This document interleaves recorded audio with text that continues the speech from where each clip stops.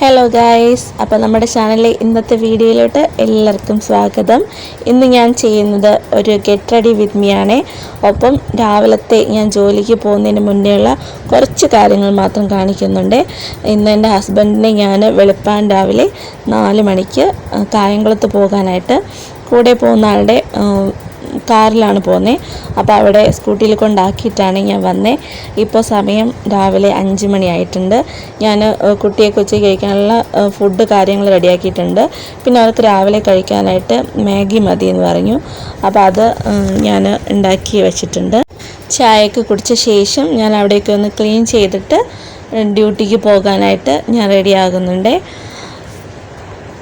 ചായ കൂടി എനിക്കൊരു അഡിക്റ്റാണ് കേട്ടോ. രാവിലെയും പിന്നെ ഒരു 11 മണിയാകുമ്പോഴും വൈകുന്നേരവും ഈ 3 നേരം ചായ കുടിച്ചില്ലെങ്കിൽ പിന്നെ എനിക്ക് ഭയങ്കര തലവേദനയായിരിക്കും.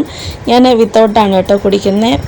ഡയബറ്റിക് ഒന്നുമല്ല, ജസ്റ്റ് വെയിറ്റ് കൺട്രോൾ ചെയ്യാനായിട്ട്. അപ്പോൾ അതാ കുട്ടികൾ ഉറങ്ങിക്കിടക്കുവാണ്. ഞാൻ പോകുമ്പോഴേ ഇവരെ ഉണർത്തിയിട്ടാണ് പോകുന്നത്.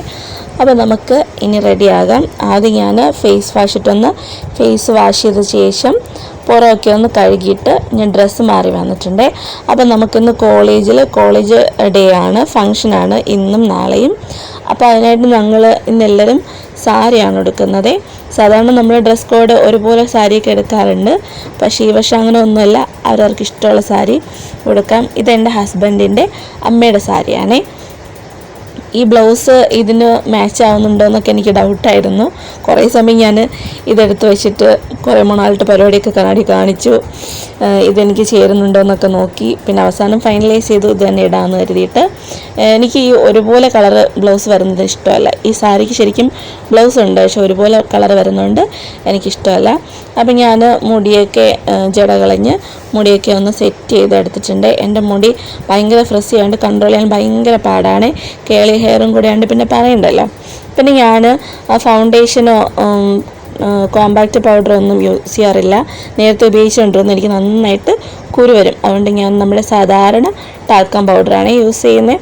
അത് മതിയാകും. ഞാൻ ഇച്ചിരി കട്ടിക്ക് ഇടും, കാരണം എൻ്റെ സ്കിൻ ഓയിലി ആയതുകൊണ്ട് ഞാൻ പൗഡർ അത്യാവശ്യം നന്നായിട്ട് ഇടും. ആ പൗഡർ ഇടുമ്പം തന്നെ നല്ലൊരു കവറേജ് കിട്ടും കേട്ടോ നമ്മുടെ മുഖത്തിന്.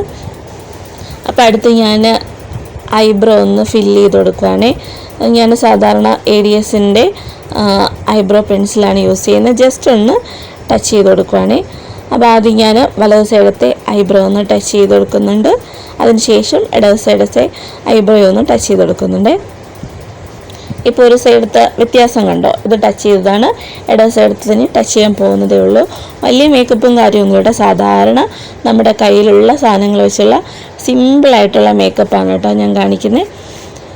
അപ്പോൾ ഞാൻ എന്താ 2 ഐബ്രോസും ഫില്ല് ചെയ്തെടുത്തിട്ടുണ്ട്. ഇനി നമ്മൾ കണ്ണ് എഴുതി കൊടുക്കുകയാണ്. ആദ്യം ഞാൻ നമ്മുടെ കണ്ണിൻ്റെ വാട്ടർ ലൈൻ ഒന്ന് എഴുതി കൊടുക്കുകയാണ്. ബ്ലൂ ഹെവൻ്റെ കാജിൽ വെച്ചിട്ടാണ് ഞാൻ ഫില്ല് ചെയ്ത് കൊടുക്കുന്നത്. അതിനുശേഷം ഞാൻ ഡാസ്ലറിൻ്റെ ഒരു ഐലൈനർ വെച്ചിട്ടാണ് കണ്ണ് വരഞ്ഞു കൊടുക്കുന്നത്.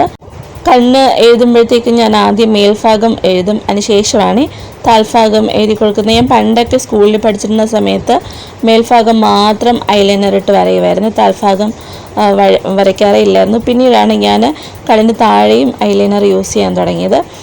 അപ്പം ഞാൻ ആദ്യം ഒരു കണ്ണ് ഐലൈനർ ഇട്ട് എഴുതിയിട്ടുണ്ട്. ഇപ്പോൾ രണ്ടാമത്തെ കണ്ണും ഞാൻ ഐലൈനർ ഇട്ട് എഴുതിയിട്ടുണ്ട്. ഇനി നമ്മുടെ സാധാരണ ഐടെക്സിൻ്റെ പൊട്ടാണ് ഞാനിവിടെ ഉപയോഗിക്കുന്നത്. സാധാരണ ഞാൻ ഇതിൻ്റെയും ചെറിയ സൈസാണ് യൂസ് ചെയ്യുന്നത്. ഇന്ന് പിന്നെ സാരി എടുത്തതുകൊണ്ട് ഞാൻ വലുത് വെച്ചതേ ഉള്ളൂ. അടുത്ത് നമ്മൾ സ്വിസ് ബ്യൂട്ടിയുടെ 02 മെറൂൺ എന്ന ഷെയ്ഡിൻ്റെ ലിപ്പ് ലൈനർ ഉപയോഗിച്ചിട്ട് ലിപ്പിൻ്റെ ലൈനൊന്ന് വരച്ചു കൊടുക്കുന്നുണ്ട്. നല്ലൊരു ലിപ്പ് ലൈനറാണ് ഇത്. അതിനുശേഷം ഞാൻ ബ്ലൂ ഹെവൻ്റെ ഒരു ലിപ്സ്റ്റിക്ക് ഇട്ട് നമ്മുടെ കയ്യിൽ ജസ്റ്റ് ഒന്ന് സ്പ്രെഡ് ചെയ്ത് കൊടുത്ത ശേഷം സ്വിസ് ബ്യൂട്ടിയുടെ 23 ചോക്കോബാർ ന്യൂഡ് എന്ന ഷെയ്ഡ് വെച്ചിട്ട് മിക്സ് ചെയ്ത ശേഷം അത് നമ്മുടെ ചുണ്ടിലൊന്ന് സ്പ്രെഡ് ചെയ്ത് കൊടുക്കുകയാണ്. ഇങ്ങനെ മിക്സ് ചെയ്തെടുക്കുമ്പോൾ നല്ല അടിപൊളി ഷെയ്ഡാണ് കേട്ടോ കിട്ടുന്നത്. രണ്ടിലെ അടിപൊളി ഷെയ്ഡാണ്. നമ്മുടെ ഈ ഡസ്കി സ്കിൻസിനും പിന്നെ പുതുനിറമുള്ളവർക്കൊക്കെ നല്ലപോലെ ഈ കളർ സ്യൂട്ടാവുകയെ. പിന്നെ ഞാൻ ഇന്ന് ഈ ഒരു കമ്മലാണ് ഇടുന്നത്. ഇന്ന് മൊത്തത്തിൽ ഞാൻ എങ്ങും ചേരാത്ത കളറാണ്. മൊത്തത്തിൽ ബ്ലൗസും സാരിയും കമ്മലും പലതും പല കളറാണ്. ഒരു വെറൈറ്റിക്ക് ഇരിക്കട്ടെ എന്ന് കരുതി. അപ്പോൾ നമ്മൾ പല കളറിൽ ഇറങ്ങുവാണ്. ഞാൻ കമ്മലൊക്കെ ഇട്ട് കൊടുത്തിട്ടുണ്ട്. അപ്പോൾ ഇതാണ് നമ്മുടെ ഫൈനൽ ലുക്ക്. ഇനി ഞാൻ കുറച്ച് സ്പ്രേയും കൂടെ അടിച്ചു കൊടുക്കുന്നുണ്ട്. ഈ സ്പ്രേ ആണ് ഞാൻ അടിച്ചു കൊടുക്കുന്നത്. അപ്പം നമ്മൾ സ്പ്രേ ഒക്കെ അടിച്ച് സെറ്റാക്കി എടുത്തിട്ടുണ്ട്. അപ്പോൾ ഇതാണ് നമ്മളുടെ ഫൈനൽ ലുക്ക്. മേക്കപ്പ് കഴിഞ്ഞ ശേഷം ഞാൻ ക്യാമറയുടെ മുന്നിൽ നിന്ന് എന്തൊക്കെയോ കുറേ മൊണാൾട്ട് പരിപാടിയൊക്കെ കാണിക്കുന്നുണ്ട്.